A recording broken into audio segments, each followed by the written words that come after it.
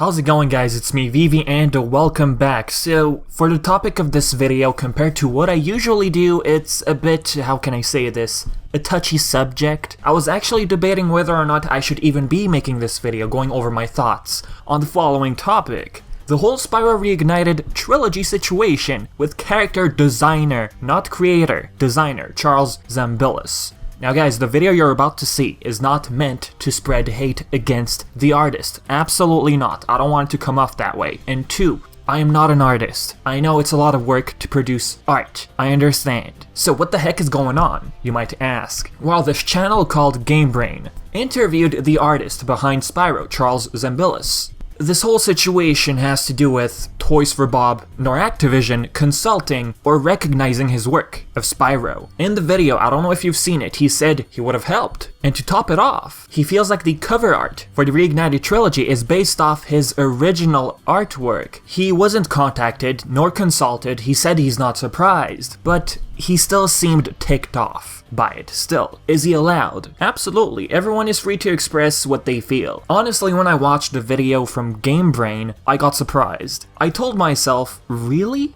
I would never have expected Zembillas to feel this way. Don't get me wrong, credit should be given where it's due. It's just that Zembillas, the way he spoke throughout the video, it came off a bit as if he was the creator. Now this is just me thinking this. A lot of you might disagree, I understand. The thing is, this is how the industry works. Just listen. The developer comes up with an idea. This is for Spyro especially. The studio can't draw, so what they do is they hire someone with talent to show them what they want to see in their game.